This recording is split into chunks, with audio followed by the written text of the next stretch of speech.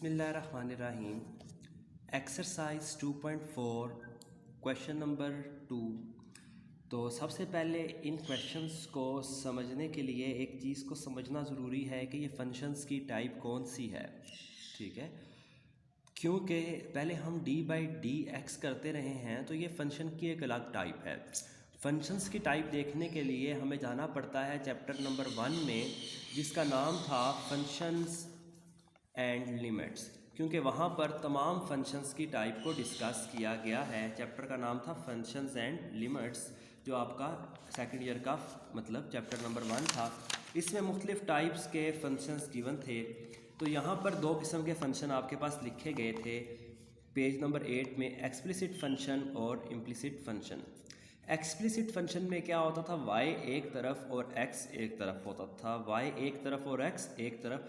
तो इसमें जितने भी पहले हमने क्वेश्चंस किए हैं इससे पहले वो एक्सप्लिसिट फंक्शन के थे। यहाँ आपको इस तरह फंक्शन गिवन होता था, यहाँ y साथ एक इक्वल के एक साइड पर लिख दिया जाता था, क्योंकि ये डिपेंडेंट वेरिएबल होते हैं। जो y है वो डिपेंडेंट है x पर, x की वैल्यू चेंज होंगी तो y का आंसर चेंज आ जाएगा। और जो x है वो इंडिपेंडेंट वेरिएबल है, तो डिपेंडेंट और इंडिपेंडेंट वेरिएबल अलग अलग लिखे जाते थे।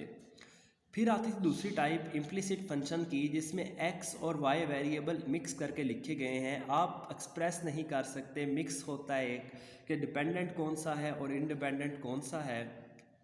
या आप कह सकते हैं कि ऐसे फंक्शन को एक्सप्रेस नहीं किया जा सकता डिपेंडेंट और इंडिपेंडेंट वेरिएबल में, जिनमें x और y एक दूसरे के साथ मिक्सअप करके लिखे जाते हैं। समटाइम हम कर भी सकते हैं, लेकिन तो इनके जो करीब करीब मतलब ये जो एक्सरसाइज है आपके पास 2.4, इसका जो क्वेश्चन नंबर 2 है, अगर आप इसमें गौर से देखें तो ये जो फंक्शंस हैं ये इम्प्लिसिट फंक्शंस हैं। इसमें x और y एक साथ लिखा गया है, इसमें भी एक साथ, इसमें भी एक साथ। तो जो क्वेश्चंस आ रहे हैं स्मार्ट सिलेबस में वो हैं 2, 4, 5 और 6। तो 1 और 3 आपको मतलब जो नेक्स्ट स्टूडेंट्स आएंगे उनके लिए अलग वीडियो बना दी जाएगी। तो अभी 3, 4, 5 और 6 हम सॉल्व करने लगे हैं। तो सॉरी 2, 3, 2, 4, 5 और 6 इन पर सर्कल हुआ है, स्मार्ट सिलेबस के मुताबिक हम उनको सॉल्व करने लगे हैं। तो देखते हैं इन क्वेश्चन को लिखता हूँ। तो इसमें थोड़ी टेक्निक थोड़ी सी डिफरेंट हो जाएगी, लेकिन अप्रॉक्स मैक्सिमम तरीकाकार जो सा है वो सेम है। तो समझने के लिए क्वेश्चन को, क्योंकि हम इस तरह क्यों कर रहे हैं, d y by d x की जगह पर जस्ट डी क्यों यूज़ कर रहे हैं, तो उसका आंसर यही है कि हमारे पास ये इम्प्लिसिट फंक्शंस हैं। ठीक है, तो अब इसका लेते हैं डेरिवेटिव। तो यहाँ पर डी बाई डी एक्स की जगह बजाय आपने सिर्फ डी लिखना है, डी ऑफ एक्स वाई, और इधर भी आ जाएगा d of y square. Rule तकरीबन सेम है, जस्ट थोड़ा थोड़ा चेंज आएगा। तो जस्ट आपने डी लिखना है, डी बाई डी एक्स नहीं लिखना। लिख भी सकते हैं, उस टेक्निक से भी हो जाते हैं, लेकिन ज़्यादा जो मुनासिब है इसमें सिर्फ डी लिखा जाए। तो यहाँ पर एक नया फार्मूला आ रहा है जो हमने पहले यूज़ नहीं किया, वो प्रोडक्ट रूल है। अगर दो फंक्शन जैसे कि x और y आपस में मल्टीप्लाई हो रहे हों, जैसे एक x है और एक क्या है y, तो हमने इसमें यूज़ करना होता है u डॉट v। तो मैं फार्मूला यहाँ पर लिख देता हूँ कि डेरिवेटिव जोन सा है u डॉट v का, वो क्या है, वो है फर्स्ट फंक्शन ऐसे ही, सेकंड का डेरिवेटिव प्लस सेकंड ऐसे ही, और फर्स्ट का डेरिवेटिव। इसका नाम होता है प्रोडक्ट रूल। अगर आपके पास दो फंक्शन जैसे कि x और y मल्टीप्लाई हो रहे हैं प्रोडक्ट की फॉर्म में, तो हम ये रूल उसमें अप्लाई करते हैं। जबकि वाई स्क्वायर में जब हमने डेरिवेटिव लेना है वाई स्क्वायर का, ठीक है, तो उसके अंदर पहले पावर रूल लगेगा और फिर आगे y का डेरिवेटिव मतलब डी वाई आ जाएगा। तो ये दो फार्मूलाज हैं जो हमने यहाँ पर अप्लाई करने हैं। और जो कांस्टेंट है उसका डेरिवेटिव क्या होगा, 0। तो ये जो ब्रैकेट्स में लिखे हैं आपको लिखने की ज़रूरत नहीं है, जस्ट समझने के लिए है। तो डी ऑफ एक्स वाई, तो इसको हम लिखते हैं यानी कि इस रूल के मुताबिक x ऐसे ही, y का डेरिवेटिव, फर्स्ट फंक्शन ऐसे ही, सेकंड का डेरिवेटिव मतलब x ऐसे ही और y का डेरिवेटिव, प्लस y ऐसे ही मतलब सेकंड फंक्शन ऐसे ही और फर्स्ट का डेरिवेटिव। जबकि y स्क्वायर में पहले पावर रूल लगेगा 2y 2 माइनस 1 मतलब 2y, और आगे y का डेरिवेटिव आ जाएगा dy। जैसे कि हम पहले बात कर चुके हैं, कांस्टेंट d जो है वो डिफरेंस को इंडिकेट करता है, डिफरेंशियल ले रहे होते हैं। तो कांस्टेंट में कोई चेंज नहीं आ रहा होता, इसलिए इनके जो डेरिवेटिव होते हैं जिसके साथ एक्स नहीं होता उनके डेरिवेटिव ज़ीरो होते हैं। ठीक है, तो पहला हमारा काम हो चुका है। अब हमारा जो टारगेट है वो d y by d x find करने का है। तो d y by d x find करने के लिए हम डी वाई वाली टर्म्स को, ऐसी टर्म जिनके साथ डी वाई है उनको इक्वल के एक तरफ रखेंगे और डी एक्स वालों को इक्वल के दूसरी तरफ ले जाएंगे। तो ये वाला एक्स डी वाई इधर ही रहेगा और 2y डी वाई इधर ही रहेगा, जबकि वाई डी एक्स इक्वल के इस तरफ जाकर क्या हो जाएगा, माइनस हो जाएगा। अब डी वाई इसके पास भी है और इसके पास भी है, दोनों से कॉमन ले लेंगे, पीछे बचेगा x प्लस 2y और यहाँ से आ जाएगा डी वाई, जबकि यहाँ पर है माइनस डी एक्स। हमारा जो टारगेट है वो d y by d x find करने का है। ये वाला x यहाँ पर मल्टीप्लाई हो रहा था, यहाँ पर आकर डिवाइड हो जाएगा, यहाँ पर आ जाएगा minus y over x plus 2y। तो जो d y by d x है वो ऐसे आता है। पहले इम्प्लिसिट फंक्शन में हम मतलब डी बाई डी एक्स की बजाय सिर्फ डी लिखते हैं, उसके बाद यहाँ पर प्रोडक्ट रूल अप्लाई किया और यहाँ पर पावर रूल अप्लाई किया।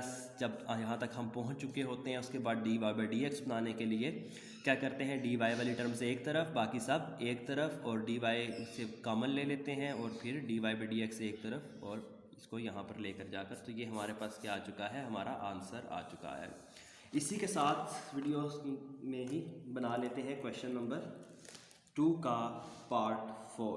क्वेश्चन 2 पार्ट 4 भी इसी में कर लेते हैं। 4x² प्लस 2hxy, ये भी जो क्वेश्चन है इसमें भी आप देख रहे होंगे कि जो डिपेंडेंट है और इंडिपेंडेंट वेरिएबल है इसकी फॉर्म में इसको नहीं लिखा गया, इस तरह एक्सप्रेस नहीं किया गया।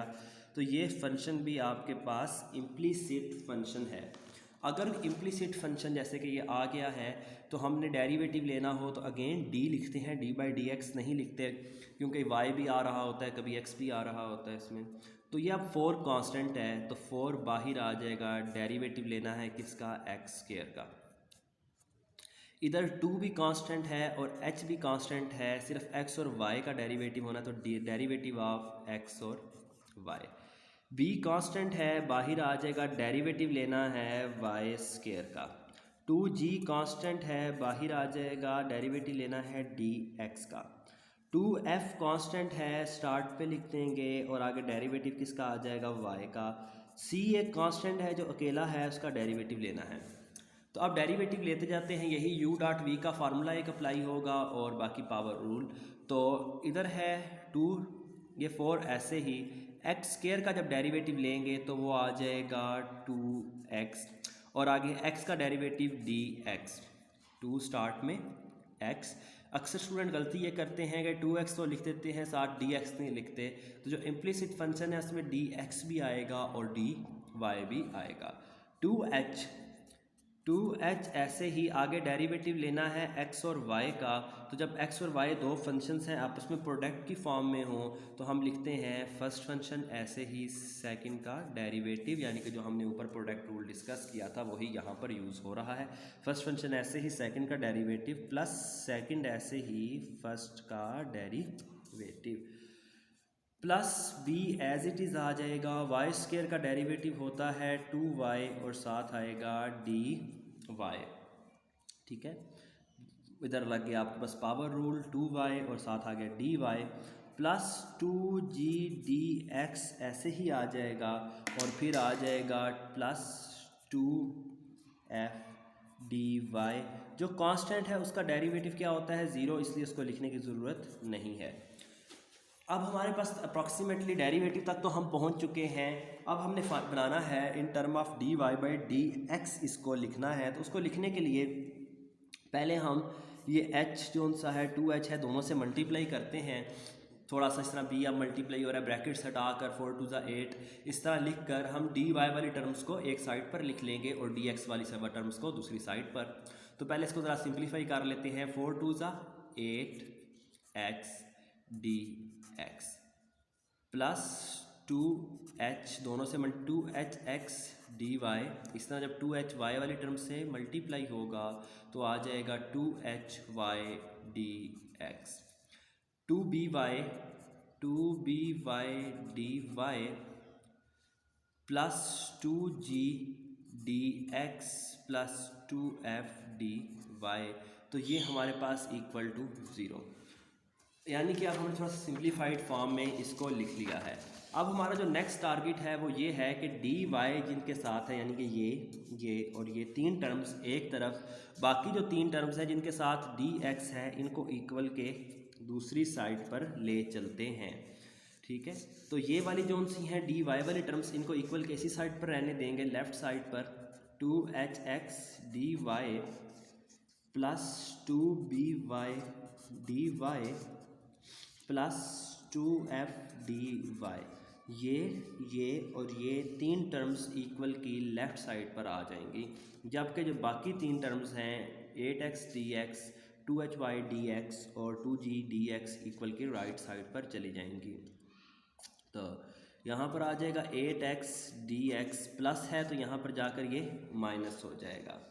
उसके बाद माइनस 2hy dx, और ये वाली जो टर्म है माइनस 2g dx, ये तीनों इक्वल के राइट साइड पर जा चुकी हैं।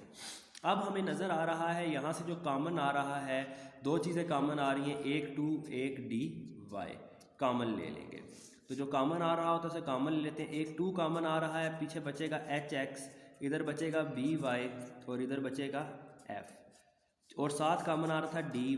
मैंने 2 को लेफ़्ट साइड पर कॉमन लिया और dy को राइट साइड पर। इसका एक रीज़न है कि मैं dy को अलग से देखना चाहता था, और 2 से 2 इधर ही हम कैंसिल कर देंगे। यहाँ से भी आप देखें तो एक तो -2 तीनों के पास है, कॉमन आ रहा है, और दूसरा 2x, तो -2 जो सा है वो हम लेफ़्ट साइड पर इसके कॉमन ले लेंगे। 2 4 ज़ा 8 होता है, तो पीछे 4x बचेगा। इसी तरह 2 कंप्लीट कॉमन जा रहा चुका है तो h और y बचेगा, 2 कॉमन जा चुका है तो पीछे y बचेगा, इधर आ जाएगा dx।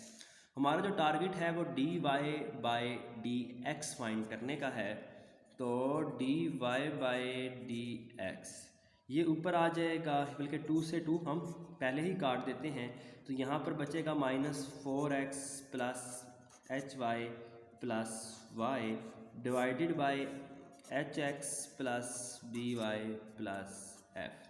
तो ये आपके पास dy बाय dx का क्या आ चुका है, आंसर आ चुका है। Thanks for watching. चैनल को लाइक करें, अगर आप चैनल पे नए हैं सब्सक्राइब करें। मज़ीद वीडियोस के लिए अपने राय का इजहार करें, जो वीडियोस आपने देखनी है, जो क्वेश्चंस आपको समझ नहीं आ रहे। थैंक्स। अभी चलते हैं इसके क्वेश्चन नंबर 5 की तरफ, लेकिन नेक्स्ट वीडियो में।